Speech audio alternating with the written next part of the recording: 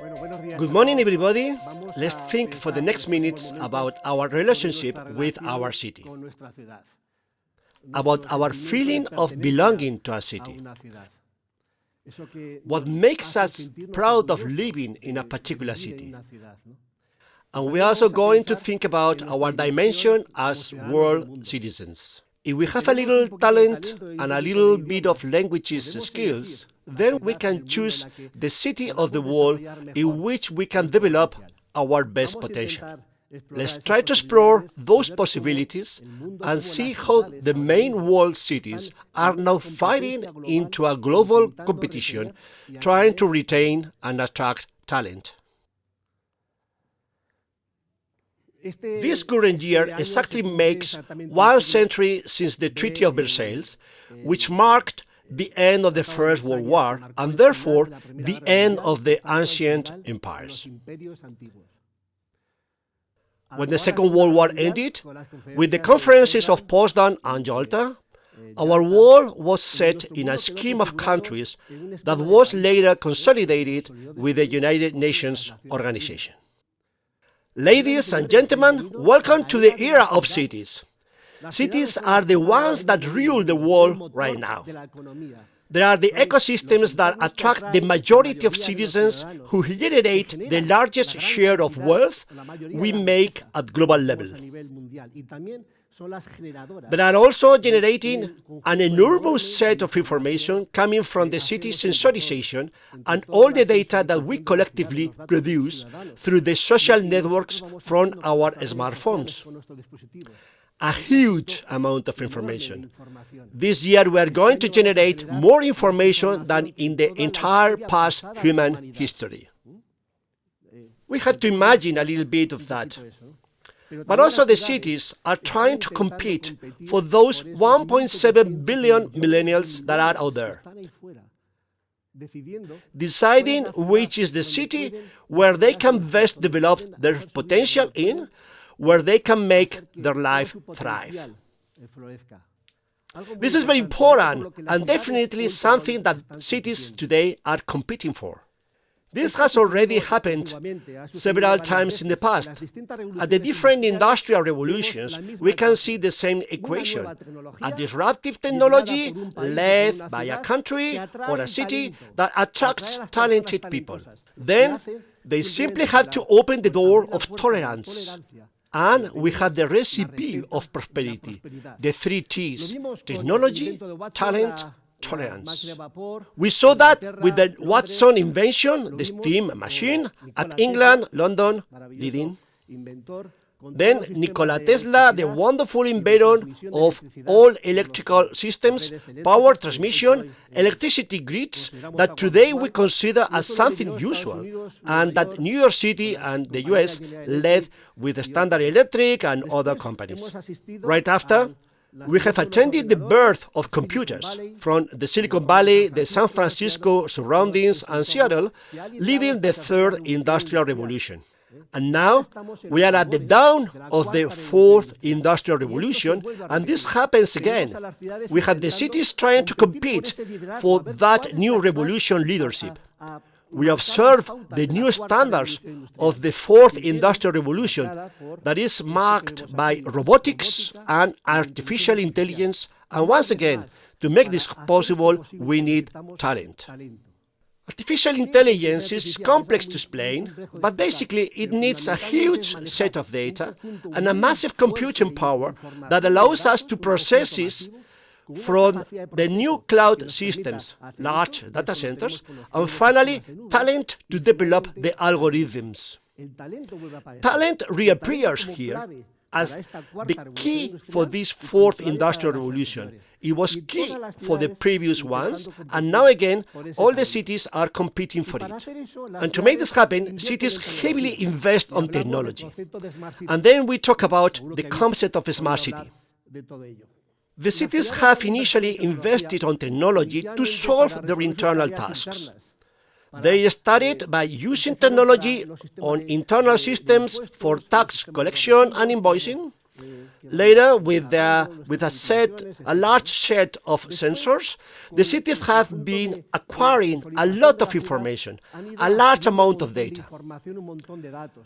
With this data, they try to deliver us a better service.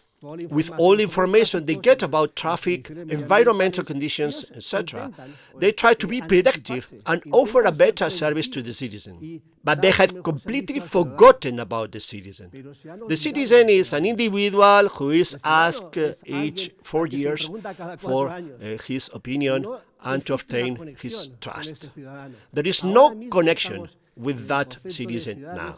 Now we are entering the model of Smart Cities 3.0, trying to make a Copernican shift from a data-centric city into a citizen-centric city, placing the citizen at the city center, driving and ruling the city, and all that data serving the citizens. Data is obviously very important and is a prerequisite, but its mission is to serve the citizen. The problem is that it is difficult to connect to citizens. It's difficult for the city to enter into our smartphones because we are used to reject any try from someone to penetrate our privacy and collect information from us. Please, let's allow the city to do that. The city does not try to sell us anything. It's trying to provide us a public service with the objective set forward to Smart Cities 4.0. This is the sense of community, the sense of hive, the collective meaning that together we can build a better city, the sense of city co-creation. The citizens have been evolving and changing as well. Here we can see this last revolution impact in only 8 years at the same event in the same city. Probably with a very similar people participation, and we can perceive a big difference. We see that citizens become digital, and so we have to connect with the citizen by a different way. We had to link them differently. My daughter is sat by there. She doesn't phone me with her smartphone, just send me pieces of information. I said to her, hey, telephone is a Greek word meaning tele, distance, and phone, phonos, voice.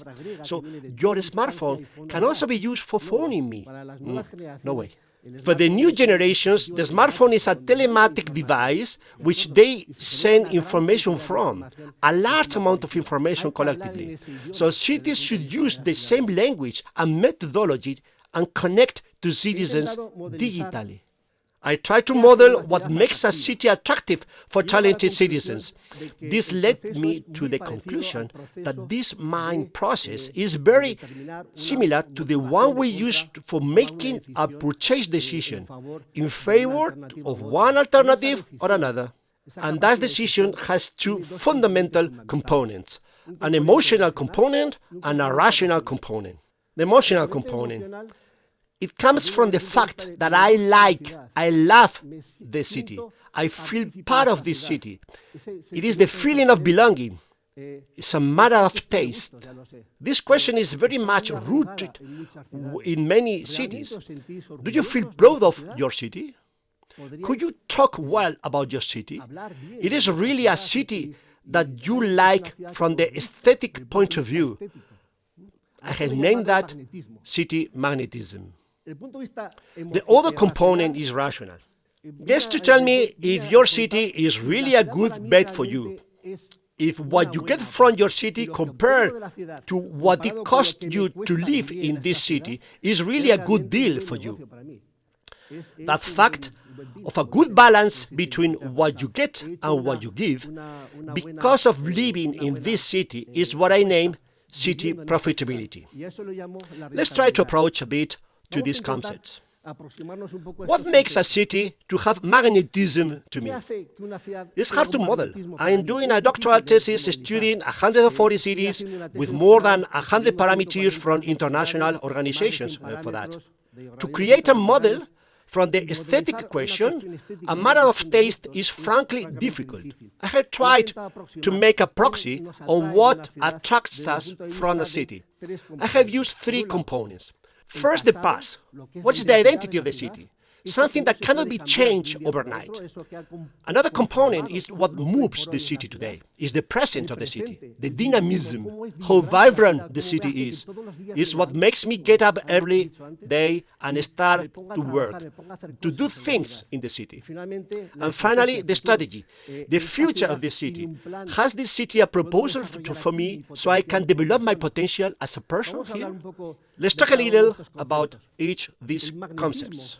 City magnetism is determined by identity, and that identity is marked by history, by the addition of collective citizen experiences of those who have lived in this city and who have left their history here, their monuments, their icons, the basic forms of government that allow us to develop it, that allow you to live in a comfortable way, a way by which we can develop our personality. The reputation is very well studied here. As everybody knows, it's something that takes many years to be built and seconds to get destroyed. Geographical location is also very important. The issues arising from the weather conditions, whether this city is very humid or is very dry, is very hot or very cold.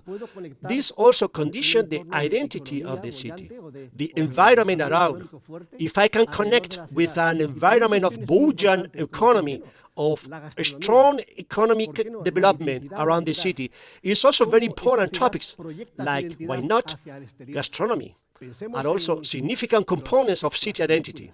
How a city projects its identity abroad. Let's think about the movies. What would Casablanca, Morocco be without Casablanca movie? Or what would be Madrid without Real Madrid? Okay, also Atletico. I see some people there. We can conclude that every time we have our city image projected out on world press, we are building awareness and generating the city identity. Okay, let's try to understand this concept with some images. What's the identity concept behind these icons? Let's try to guess which city am I thinking about. Okay. Then, if in addition, I think a bit about gastronomy, and we can see chocolate, sprouts, waffles, beers, and mussels, is that a little clearer? If I am adding this, then it is clear that it is If I also add this, then it is clear what's the city in which I am thinking. These are the icons. This makes up the branding of the city. This is the city identity. And as I said before, it takes many years to be built. From the point of view of the present, the dynamism, it has a lot to do with competitiveness, with creativity. It is what allows me to develop my personal activities. The way that the city treats the expats, how it welcomes you, how it helps you establish social relations, because the man-social dimension is developed in the city. It is the city which enables you to develop social connections. From the ethical point of view, the city allows me to be fair and happy, allows me to have a right work-life balance. Do I have a space for leisure? It is an egalitarian city from the gender point of view. What are the parameters of poverty? The social classes unbalancing. That's what the Italian teacher Gini index measures, the amount of middle class. Plato once said in Republic 4 that the most important thing for a city is to have a very strong middle class, because the middle class does not compete for political power or fight to survive. What they do is to build and thrive a strong city.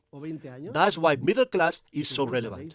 And finally, the future, the innovation. Do you know what's your city plan for the next 10 or 20 years? If you don't know, then you have a problem, and so does your city. We have seen the emotional part and the rational part. Thinking about this matter and studying the more than 3,000 years of philosophers, nobody has thought about our citizenship contract. We all have a citizenship contract, an implicit agreement through which the city gives me a series of services and I pay the city a series of contributions, not only in taxes. What does the city give us? What we have here? we receive governance, education, employability, health and social services, environmental sustainability, connectivity, 5G, urban development, culture, tourism, and very important, urban mobility, and also safety.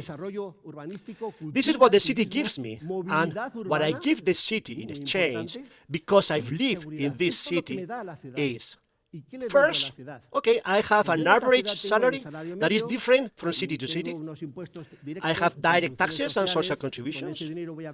Then, when I'm going to buy things and I pay the indirect taxes, then finally I have the purchase power to buy things for me. That's what I give directly to the city in exchange of those benefits that the city gives me. This is my citizenship contract.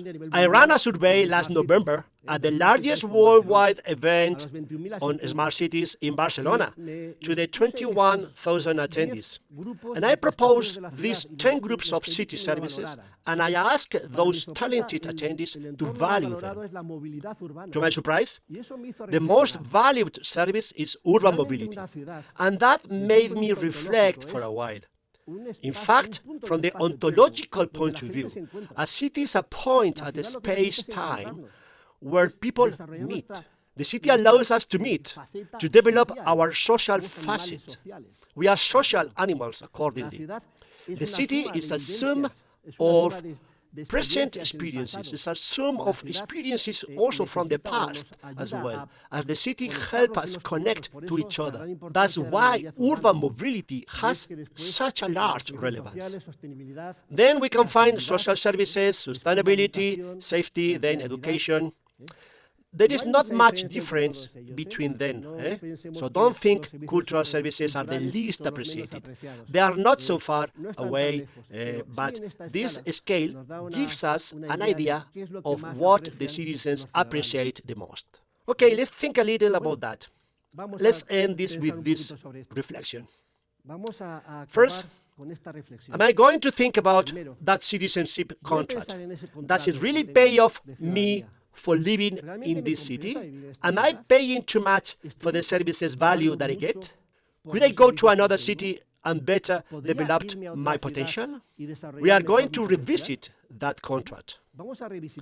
And second, we cannot be passive actors. We do have to think about what President JFK said once about his country, the United States. Let's think about what we can do for our city. Not just wait for what the city gives me. You have to be an active actor of your city. You can contribute with your opinions, report things that you think they could be improved, and many other topics. Please, stop living as someone who just deposits a vote or your trust on someone once every 4 years. You should really contribute to the development of your city, becoming co-creators of our city. And finally, as Jane Jacobs once said, we cannot think about a city which gives things for everybody if we do not have a city that has been built by all of us. Are we able, therefore, to evaluate our citizenship contract, decide which city is going to help us best develop our full potential, and on the other hand, let's be generous. Let's participate in the city. Let's help our city be better. Thank you very much.